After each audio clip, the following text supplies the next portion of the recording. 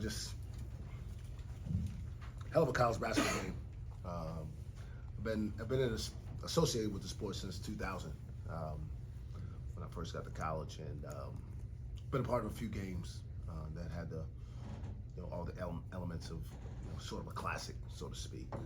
And that one certainly ranks up there, and it's really unfortunate for our guys and our fans who showed up here in a tremendous way that we came up short. So disappointed for them, both our players and our fans, because everybody put so much effort and energy into the day, and whether this is going to be the last time we play them here, who knows. But I want our guys to leave here with their heads held high, because it's not easy to do what they've done, which is continue to, when on November 6th you lose your first game and basically people throw your season into the toilet bowl.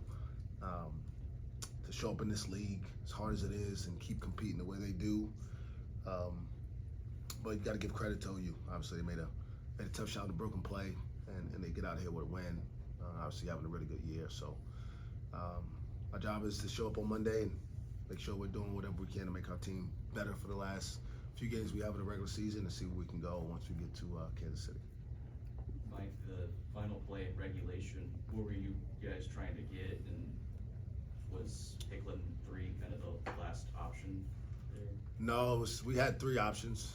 One was try to get to the rim with the short time. Obviously, getting closer to the rim, you can try to get one tipped in, knowing that they were going to probably switch. So we tried to run a kind of a misdirection a little bit. So we sent Javon up the floor and Hicklin into a little bit of a slip, and we got it. Got wide open.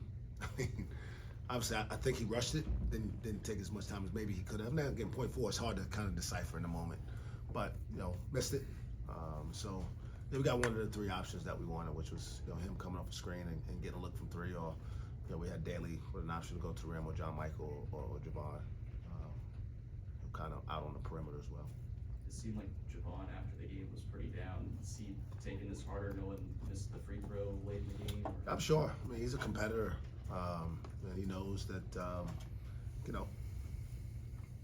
he didn't lose the game, but the game is there for him to win. There's some time, so something can happen, but the game is there for him to win, and he takes a lot of pride in being in those moments. And I'm sure he feels bad that he didn't deliver for his team, because that's what he cares about most. But I like that we got him there. We actually tried in the last possession of it, overtime, to put him in position again to drive it downhill. We got a good look at the rim. I thought he got hit, but wasn't called. But I thought we put him in another position to maybe get there again and maybe go up three. But that's the game. You live and die with the results when you put the guys in position to do things that you practice. We practice it all the time, and thought our guys, for the most part, we got the shots we wanted offensively. We got the looks from the guys that we wanted. Offense wasn't really the issue for either team. It was really more we couldn't get enough stops. And really, to start the second half kind of set a bad tone for us and kind of gave them some momentum. How impressed were you with Aaron Daly today and the way that he was able to guard and also be able to score? Yeah, these guys I've known for so long. I'm not going to say I'm not impressed by his play, but I expect him to play well. I really do. We're playing him a little bit untraditional, probably a little bit different than he even envisioned himself playing when he got here. But it gives us the best chance to have consistent results offensively, especially when Garrison's in foul trouble the way he was today.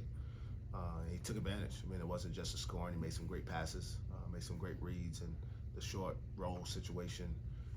So I'm just glad that the season is hard for young guys, and he's been through the peaks and valleys. Today he was up, and hopefully he can build on the momentum that he's got today by coming in on Monday and having a really good practice, so he can prepare to get ready to play as well as he can on Wednesday. What's the kind of emotional roller coaster like for a coach whenever you send your team out for one last defensive possession? You see the play break down. I imagine your hopes go up a little bit. What's kind of the emotional roller coaster? Yeah, that is in essence when you talk about the life you choose, right? And I love what I do, but as the ball's going in the air, a lot of times determine whether you're a good coach or bad coach. The ball hits the back rim and goes in, that's a totally different feeling, right? The other team feels bad, we feel better. But I wouldn't trade it. I love what I do. I'm a competitor at my core. It's who I am. It's who I've always been. It's why I've had whatever semblance of success I've had to this point. And it's what I hope will continue to drive me to get better at everything that I give to this program. And so, as hard as it is to accept the ball going in for them, I know that's part of the game. Though we play really good defense, I don't know if that was their plan. I'm not in their huddle. I don't know if they wanted him with the ball. I don't know if there was another action, but I felt like we guarded really well. And they took a shot that was contested and it went in. I mean, you don't really throw your hands up, but you really, what better can you do on that possession? What you do is you hope that maybe the last possession you get to the free throw line, the end of regulation, you make the free throws, and it doesn't come down to a ball going in or not on the defensive side on a day where a lot of balls went in on both sides, especially late in the game.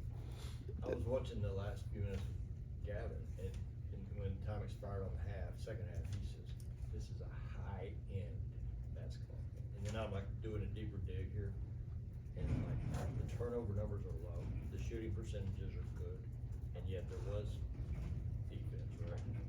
This was a really beautifully played game. I mean, you'd hate you're sickened by the outcome. Sure. But I mean, the quality of the game was at a high level today.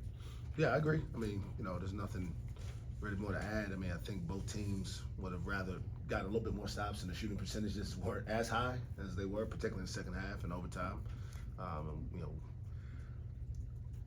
But I do think that the responses, right? This is what you work for and play for, is to be in a game like this. And like I said, I'm disappointed for our fans because I wanted them, if this is the last time we play them in this building, to walk away with a better taste in their mouth. They deserved it because of the way they showed up and supported these kids, particularly in a season that hasn't gone as well as anybody had hoped.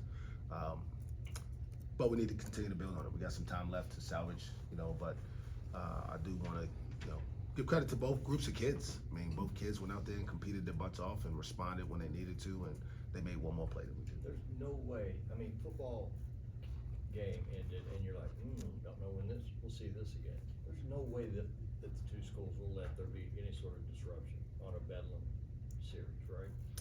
I don't know. I mean, I don't necessarily believe that I'm going to be individual decision maker in that regard. Someone may ask, my thoughts on it, but I think that decision will be made above me. Tulsa 1 year, Oak City the next, put a big corporate brand on it, you know what I mean? Big Great, revenue all great generator. ideas.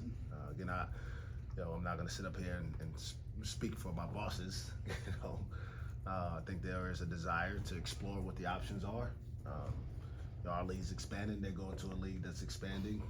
So you never know, because it's going to impact the way you do non-conference scheduling moving forward. Mike, in the same vein of being a competitor, you're always outspoken how much Bedlam means to you. Sure. We've seen emotions like you show on the court with your jacket and stuff tonight. How much did you want this game? About as much as I wanted any game that I've ever played in or coached in. And again, because it could be. I mean, I hope not. Maybe not. If it is, I certainly didn't want to lose it. So I understand the gravity of the game, the series, what it means to everybody in the state, and I'm certainly disappointed for our fans that we didn't. One more stop would have been a difference. What did it mean to see the way they showed up today in the atmosphere? It means everything. It mostly means everything to these kids. That's what it's about. This is what college basketball is about. This is what college athletics is about. It's about rivalries. It's about intense matchups. It's about home court atmospheres. It's what I watched when I saw Georgetown and Syracuse as a little boy that I wanted to be a part of. So yeah, it was everything that you want in college athletics, except it works for the bad guys today. Keller having a great week, 2 back-to-back games where he's the guy. Today he had, like you said, there's pictures, he's playing great defense on a guy that just made a crazy shot. Is there something you have to do either tonight or the next couple of days to kind of make sure that, like you said, it wasn't just that one play of why y'all lost the game? No, I mean, I think it's always important, particularly as the head coach, right, the leader, the guy who people take cues from, how you respond in every situation. It's certainly, even more important when things aren't up. It's easy. If we'd have won this game, everybody would have been telling these guys how great everything they did was. Well, a lot of the same stuff would have happened throughout the 44 minutes and 59 seconds of the game. And so that's where you got to find a balance as a coach and the foundation of what you believe in, and come back on Monday with a really good attitude. You know, we got to flush this. The process can't change because the ball went in versus not going in. We got to show up on Monday. I just saw, UCF beat Texas Tech by double digits today. They're a good team, so we can't allow this one to make us not play well because we're focused on the last play of the game. Right? It's all the plays that led up to it that we got to control more so we can put ourselves in better position. I guess for him specifically, I mean, you were talking on Thursday about his patience and just how he's kind of rode the bench for a lot of the season. Now he's having a moment to he's taking advantage of his moment. Sure. I guess for him specifically, how do you? Yeah, I think he was just as crushed because he was guarding the guy who made the shot, as Javon was being the guy who missed the free throw, because they're both competitors and really want to do the best for their team. It's really the only reason we've been able to continue to do what we do. We've got really, really good kids. They're young and they haven't quite learned how to consistently execute, right? Critical moments. They score, they miss a shot to start the second half, they get an offensive rebound, they score, we foul, they get 4 points basically without us really putting up much of a fight. Like, that was a really critical moment. They're not thinking about that right now. They're thinking about the free throw, they're thinking about the last shot. Like, those plays matter too.